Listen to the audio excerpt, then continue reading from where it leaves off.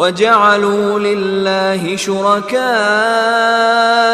الجن وخلقهم وخرقوا له بنين وبنات بغير علم سبحانه وتعالى عما يصفون. و مشرکان برای خدا شریک های از جن قرار دادند در حالی که خداوند آنها را آفریده است و از روی نادانی برای خدا پسران و دخترانی ساختند. خداوند منزه و برتر است از آنچه توصیف می کنند. بدیع السماوات والارض أنى يكون له ولد ولم تكن له صاحبة وخلق كل شيء وهو بكل شيء عليم. او پدید آورنده آسمان ها و زمین است. چگونه ممکن است فرزندی داشته باشد در حالی که همسری ندارد و همه چیز را آفریده و او به هر چیز داناست. ذلكم الله ربكم لا إله إلا هو خالق كل شيء فاعبدوه وهو على كل شيء وكيل.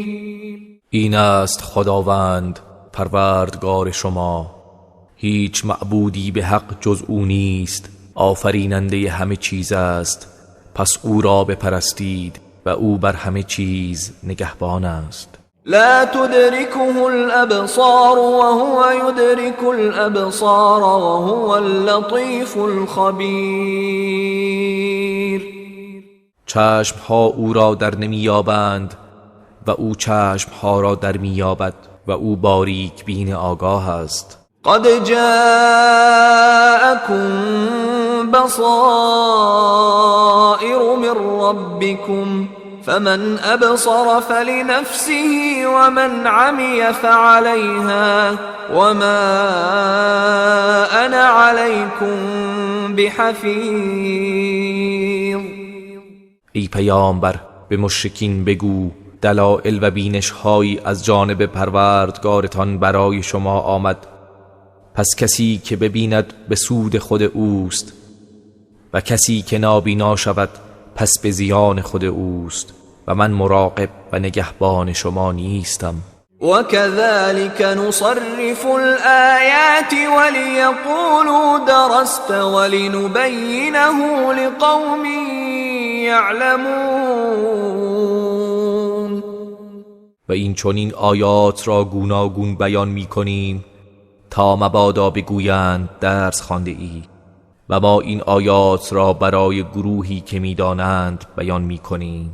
اتبع ما اوحی الیک من ربک لا اله الا هو واعرض عن المشرکین. از آنچه که از سوی پروردگارت بر تو وحی شده پیروی کن، هیچ معبودی به حق جز او نیست و از مشرکان روی بگردان. ولو شاء الله ما اشركوا وما جعلناك عليهم حفيظا وما انت عليهم بوكيل. و اگر خدا می‌خواست شرک نمی‌ورزیدند و ما تو را بر آنان نگهبان قرار نداده ایم و تو کار سازشان نیستی.